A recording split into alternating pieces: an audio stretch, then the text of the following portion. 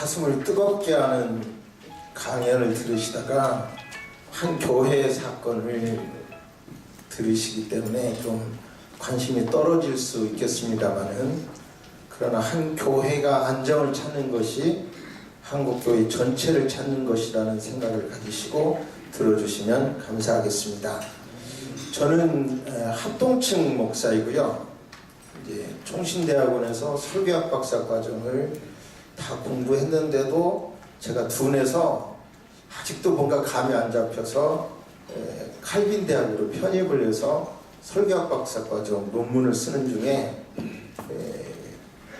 오히려 한국 기독교 내부의 문제가 더 큰 문제라는 것을 깨닫고 종교에 관련된, 교회와 관련된 판결문을 전부 입수를 해서 그것을 이제 분류해서 박사 논문, 도학 박사 논문을 썼어요. 그러니까 결국은 종교가, 교회가 잘 보존되기 위해서는 국가와의 관계도 잘해야 되겠다는 생각을 했고, 그래서 그 논문을 썼고, 그런 관점에서 이제 서울교회 문제를 말씀드리고자 합니다. 이 부분이 요즘 저를 뜨겁게 하는데, 낙태 문제나 동성연애 이런 문제가 왜 그렇게 나오지? 결국은 이런 문제는 한국 교회의 생명력을 약화시킬 건데 왜 이렇게 나오지?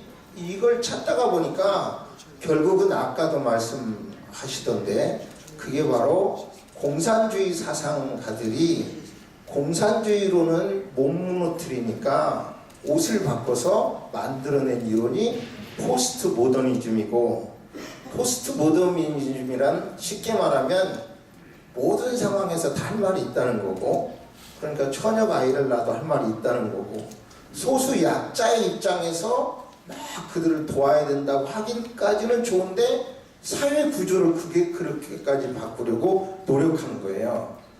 바로 그런 차원에서 기독교의 생명력을 약화시키고, 그리고 또 북한만 하더라도 그들의 헌법이 우리 십계명과 비슷하면서도 철저하게 개인 우상주의잖아요. 그런데 바로 이제 우리 헌법을 녹아내린 것이 저는 성경이라고 봐요.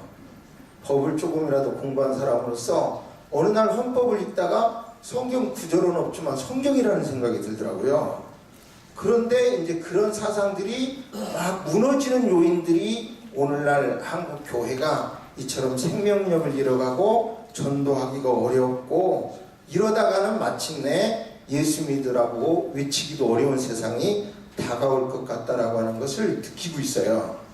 그리고 또한 종교 내부적인 문제로는 이제 우리 개신교가 메비우스 정책이라는 정책으로 이제 선교가 시작이 됐는데, 아시는 대로 쉽게 말하면 개척교회를 할 때 담임 목사가 개척을 하는 거예요. 그런데 문제는 한국교회 현실들이 지금 개척한 1세대가 은퇴하면서 사실상 이제 그 교회가 새로운 목사님 섬기기도 어렵고 원로 목사님 섬기기도 어려우니까 많은 교회에서 새로운 목사님한테 원로 목사님의 은퇴금을 주세요 하는 경우가 의외로 많아요. 근데 이런 것들이 커지면 결국은 교회 매매라는 것이 이루어질 거고 뭐 등등 이제 복잡해지는 거예요. 그리고 또 더 나아가서 교회 분쟁은 이제 여러 번 말씀한 대로 한쪽 편에서 사실관계를 철저하게 분석하기보다 비판적으로 막 몰아대다가 보니까 젊은이들의 마음속에 교회가 안 들어오는 이런 상황에서 여러 주제 중에서는 그 서울교회를 중심으로 왜 분쟁이 생기고 어떻게 해야 막아야 되는지, 지금까지는 이제 나오지 않으셨던 내용이지만 이제 말하자면 우리 교회도 준비할 게 있다, 조심할 게 있다, 이런 말씀도 드려야 됩니다. 말하자면 이종윤 목사님은 뭐 제가 개인적으로 볼 때 우리 한국이 낳은 뭐 신학자인 거 자타가 인정해야 되고요. 설교자이고 목회자이시죠. 그분이 이제 개척을 했는데, 개척한 이후에 이분은 정관을 만들어요. 처음에는 당회에서, 그리고 공동회에서 안식년제와 다시 시작할 때는 바로 재심호 투표를 하겠다라고 하는 정관을 만들어요. 그리고 이제 본인이 은퇴하시면서 후임을 모시게 되는데 바로 이 교단은 통합 측이에요. 근데 제가 조사해 보니까 합동 측 충현교회 목사, 침례교 지구촌교회 목사님 부목사, 그리고 독립교회를 개척해서 담임하고 있는 박모 목사님을 후임자로 청해요. 그러니까 아까 바로 마띠아를 아주 핵심을 찌르시던데, 마띠아를 이제 대신 제자로 채울 때 그 조건이 있었는데요. 이 교회의 문화와 안 맞는 거예요. 딱 봐도 안 맞는데 그분을 청빙했고, 이제 또 통합 측의 목사님이 되기 위해서 청목 과정을 해야 되고, 그런데 청목 과정에 합당한 다툼이 없는 총신대학 MDB 코스도 아니고, 또 1년을 해야 되는데 그것도 아니고 등등의 많은 이제 좀 안 맞는 것들이 있어요. 근데 이분이 이제 목회를 하면서 여러 가지 이제 안 맞는 거예요. 장로님들의 체질에. 장로교 전통에 젖어 있던 분이 아니니까 당회 권한에 대해서 당회에서 결의를 해야 할 것을 목사님이 직접 지시하신다든지 이런 것들이 안 맞고, 또 그 다음에 설교에 있어서 안 맞는 거예요. 반복 설교를 한다든지 표절 설교를 한다든지 공개적으로 다시는 안 하겠습니다 하면서도 다시 한다든지, 그리고 또는 교회 법인카드로 뭐 이제 여러 가지 사적 용도로 쓰고, 심지어 교회 직원에게 목사님 차 세차라, 사모님 차까지 세차라 등등의 개인 용도로 많이 쓰는 것이 드러나요. 그러자 그런 것이 드러나자 이제 이분은 어떻게 방어를 하냐면, 그 교회의 오모 장로라는 분이 인사권과 재정권을 다 가지고 전횡을 하던 것을 내가 이제 그걸 발견해서 이걸 말하려고 하니까 이제 나를 내치려고 한다, 이런 논리로 이제 논리를 펴니다. 그런데 이런 때 이제 그 교회 장로님들을 보니까 27명인데 신문 장로님들이 약 18분이, 그리고 초기에 여러분들이 이렇게 목사님 안 맞습니다 하니까 좀 우리 더 기도합시다. 그리고 우리 교회 안에는 6년 심우하고 안식년을 갖고, 그리고 다시 심우하기 위해서는 신임 투표라는 것이 있으니까 그때까지 참으세요. 이거 참았는데 6년이 다 돼 갈 때 이제 보니까 이제 이 전후 사정을 놓고 보니까 장로 27명 중에서 18명이 벌써 반대하면 안 되잖아요. 그 상황이, 그 교회 정관 상황이. 그러니까 이제 그것을 거부하는데, 거부하는 내용이 뭐냐면 바로 이거는 나는 우리 장로교회 목사는 노회 직화례에 속해요. 노예가 파송했고, 그러니까 지교회에서는 나를 해임할 수가 없고, 그리고 또 권징 재판이 아니면 목회를 이렇게 그만두게 할 수 없다, 이런 논리로 이제 싸움이 계속 되게 됩니다. 한번 보여주실래요? 아까 보여달라고 하는 거. 그런데 이제 이 교회 정관은 하나는 봐야 되는데요. 본 교회 담임 목사와 장로는 각 6년 심의 후 1년의 안식년을 가지되, 그 다음에 두 번째 3분의 2 이상의 재심의 투표는 3분의 2 이상의 찬송을 얻어 재심하고, 얻지 못할 경우는 공동위에서 한다, 이렇게 딱 정관이 돼 있어요. 그런데 이제 재판을 하다가 보니까 이 교회가 정관이 있었는데 이것을 따로 했어요. 그러니까 따로 후회한 거예요. 그러니까 이것이 안 맞다, 이런 논지, 총회 헌법과 안 맞다, 이런 논지로 공격을 하는데, 판사께서는 보니까 그 교회의 정관이 아니라 하더라도 그 교회에서 채택한 것이면 정관으로 봐야 한다, 이런 논리를, 이 말도 굉장히 귀중한 말이에요. 여러분의 교회를 지키기 위해서. 그렇게 하면서 그런 것을 받아들이지 않아요. 그러면서 이런 재판하는 과정에서 이제 그 새로운 담임 목사 측에서는 그 오모 장로가 100억대를 횡령했어요. 그리고 사법당국에 고소를 해요. 그러자 거기에서 모두 혐의 없음이 나왔어요. 이제 들어보니까 그 교회가 현재 종교 부지를 살 때 그 장로님이 70억을 차용해 줬더군요. 그리고 또 그 다음에 아가페 무슨 수양관을 칠 때 또다시 60억을 차용해 줬는데 그걸 교회 통장으로 만들었고, 그리고 그 교회 통장 안에 이제 돈이 있을 때 거기에서는 좀 전문용어로 파생 상품에 투자를 해서 파생 상품에 이제 전문 금융기관에서 그걸 투자할 때마다 통장이 생겨서 통장이 많은데 PD수첩에서는 엄청나게 통장이 많았다 이렇게 말해버리니까 언뜻 들으면 굉장한 또 비리가 있어 보이더라고요. 그리고 이제 법인카드를 많이 썼다는 것에 대해서는 처음에는 검찰에서는 그게 죄가 된다는 의견이었는데 법원에서는 그 교회 정관 안에 그 법인카드는 이렇게 쓰라라고 하는 확실한 규정이 없으므로 죄가 없다 그렇게 말을 했고요. 그런데 이제 문제는 이런 많은 중에서 또 종교 내부의 재판이 획일적이 되어야 되는데 법의 기초에서 획일적으로 되어야 되는데 총회 재판국 안에서는 7명 중에서 5명이 유죄 의견을 냈고, 근데 통합측회에서는 6명이 이제 4분의 3의 찬성을 얻지 못하면 전원 합의부로 넘어가는데, 전원 합의부에서는 결국은 인정하기 부족하고 재항고 신청 이유가 없다면서 기각해버려요. 그리고 그 많은 죄에 대해서 한번 보실까요?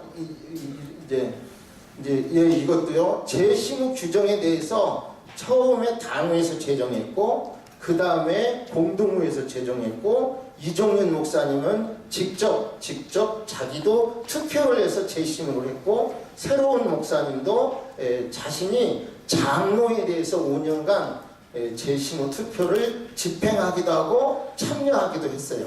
그리고 본인도 그것을 재심을 받겠다고 했고, 그리고 이제 하면서도 이제 나중에는 안식년 규정을 무효화하고, 그런데 법원에서는 아까 말씀드린 대로 이제 그 재심이 그 정관에 대해서 인정하게 됐죠.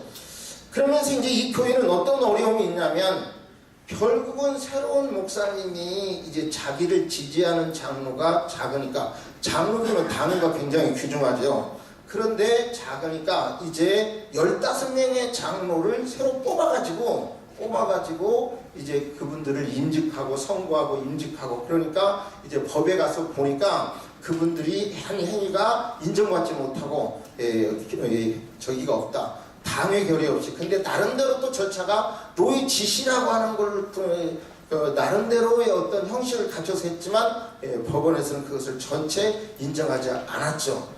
그렇기 때문에 지금 이제 현재는 결국은 며칠 전 5월 1일 날도 이제 서울교회 이제 또 다시 신문에 나오는 가스통을 소화기통 그걸 막 분사했다, 열겠다 이런 많은 문제가 되고, 또 교회는 이 돈이 있는데 결국은 그 돈을 그 박모 목사님이 자기만 사용하도록 하다가 총회에서 또 그게 인정을 받지 못하자, 설명은 복잡하게 간단하게 말하면 아무도 못 찾게 50억 헌금을 묶어놓은 상태예요.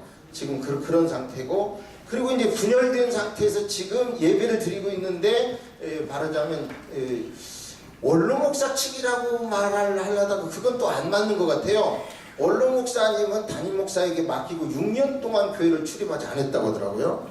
그러니까 다수장로 측이라고 이제 이렇게 평가를 해보는데, 그분들이 예배드리는 곳에 막 냉난방까지 끄고 그래가지고 살인적인 더위 속에서도 땀을 뻘뻘 흘리고 도시락 싸와서도 먹는데도 어려움을 겪고 있다고 그래요.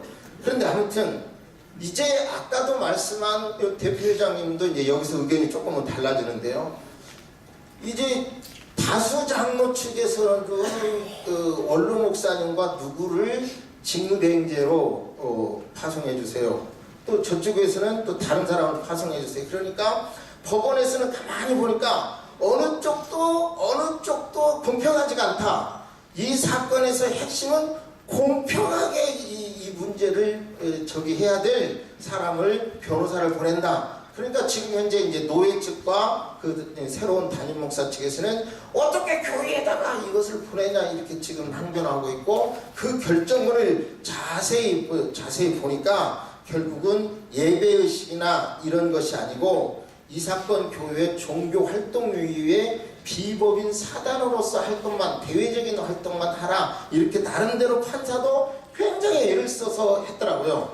그러나 어쨌든 기독교인으로서는 굉장히 자존심이 상하지만 결국은 우리가 끌고 갔고, 판사 생각에 어느 목사도, 죄송합니다, 제가 목사입니다, 어느 목사도 공평하게 할 것 같지 않으니까 변호사를 세웠다는 거고요. 그 교회 내에서도 다른 문제가 아니고 이제 정확한 명칭을 보니까 당회장의 직무대행으로 보는 거예요. 당회장의 직무대행으로. 그리고 당회장의 직무대행으로서는 이제 최종 정보를 입수해 보니까 당회장을 파송해 주세요, 이렇게 하겠다는, 이제 목사로서 그렇게 회의를 했다고 합니다. 여기까지 놓고 볼 때 이제 제가 안타까운 것은, 첫째, 한국 교회를 위해서 안타까운 것은 청빙을 할 때 원로 목사님 나름대로 철학을 갖고 있으면 그 교단에 속한 또는 그 교회의 문화를 이렇게 달리기 마라톤을 한다면 마라톤을 이렇게 이어가면서 할 수 있는 사람으로 해야지, 완전히 쭉 끊고 이렇게 하니까 안 맞죠. 뒤에 문화가 안 맞는 이런 문제를 저기 하기 위해서는 최소한 상식적으로, 너무 억지로 뭘 했다고, 또 외국에서 박사 받았다고, 이분은 외국 박사도 아니에요, 그렇지만 받았다고 너무, 제가 개인적으로 왜 이분이 이렇게 됐을까 그랬더니 원로 목사님하고 미국에 있는 대학에서 한 학위를 같이 했더라고요. 그래서 그런가, 그건 잘 모르겠지만 아무튼 한국 교회 후임자를 선택할 때는 그 교단이나 그 교회 문화를 잘 아는 사람을 선택할 필요가 있다. 그 다음에 정관에 대해서, 이 교회에 지성인들이 많은데도 사실 정관을 명확하게 하지 않았어요. 그리고 정말 아슬아슬하게 나중에 채택한 안식년 규정에 대해서 정관으로 재판부가 봤기 때문에 정말 그나마도 지금 해결의 실마리가 보이는 거거든요. 그러니까 여러분의 교회도 아직도 옛날에 은행에 가서 융자 받을 때 대충 써가지고 만든 정관이라든지 뭐 이런 것들 다 재정이 있고 개정이 있죠. 개정 절차를 교인 전체의 3분의 2 동의를 얻어서 그렇게 해야 여러분의 교회가 어려움이 없을 것입니다. 그 다음에 교인으로서는 법의 우선순위를 알아야 돼요. 여기에서도 계속해서 말을 합니다. 이제 법의 우선순위는 총의 법입니다, 이렇게 말하지만 사실은 명확하게 우리 자존심이 상해도 재산권에 관해서는 대법원이, 우리나라 법원에서 선택하는 것이 그냥 노회나 총회는 상급단체이다.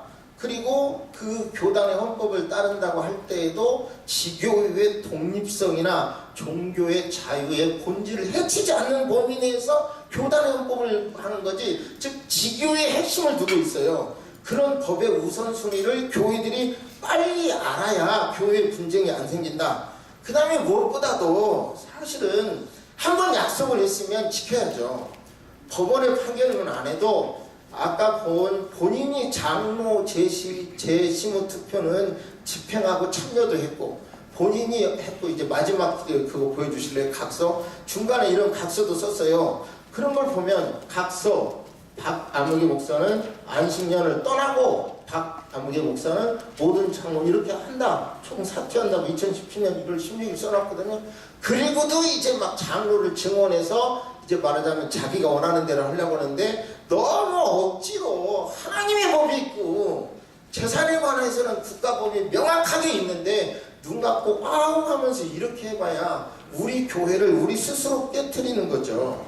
그러니까 이렇게 한 번 하는 것을 무시하면 안 되고, 그러나 여기서 또 우리가 법원에 가서 이 문제를 해결하려고 하고 법원 판사께서는 아무리 봐도 중립 입장을 해야 될 것 같은데 이러면서 한 건데, 이런 문제에 대해서 그냥 불만만 표하기보다는, 그러나 그분도 잘 설득을 해서 결국은 빨리 대리당회장이나 이런 식의 파송하는 것을 빨리 그렇게 하는 것이 좋다고 봅니다. 그 다음에 종교 내부의 문제는, 이 노회에도 제가 일부러 이것은 말 안 했습니다만은 엄청난 죄가 많은데도, 또 하나 펴주실래요? 죄를 이렇게 고소내요. 엄청난 죄가 많은데도 죄가 있다겠다가 다음 재판에서는 또 이거 한번 쭉 그냥 보세요. 이렇게 엄청난 많은 죄가 있는데도 혐의 없음 이렇게 처분해버리는 그런 종교 내부 문제, 무조건 끝까지 목사를 이렇게 지키려고 하는 종교 내부의 문제도, 그 노회도 결국은 이 법 안에서 상식선에서 판단을 해야지 교회 문제가 사회로부터 지탄받지 않지 않을까 그런 생각이 듭니다. 끝으로 결국은 이 싸움도 크게 보면은 깊이 들어가 보면 언론에서도 부추기고 또 어찌 보면 원로 목사님에 대한 문화가 안 맞는 새신자들의 중심일까? 여러 생각도 제가 해봐요. 그런데 결국은 이게 보면 결국은 돈 싸움 아닐까 싶어요. 현금 있는 게 얼마. 그런데 옛날 대부분 판결에는 분쟁 당시 교인 숫자로 재산을 갖자고 하지만 지금은 그렇지 않아요. 3분의 2 동의를 얻어서 교단을 탈퇴하거나 교회를 탈퇴하거나 그렇지 아니하면 이제 하나도 얻지 못하는데 여기서 현재 문제는 또 현재 담임 목사의 전 담임 목사죠. 이제는 법원 판결은 임기가 끝나는 날로 이미 목사가 아니라고 말을 해요. 그런데도 계속 지지하는 이유는 뭘까? 그분이 특별히 설교를 잘할까? 별 생각이 다 들어요. 그래서 여러 루트로 물어봤어요. 왜 그러세요? 그랬더니 TV에 나오는 모습을 보면 또 되게 거룩해 보이더라고요. 말치도.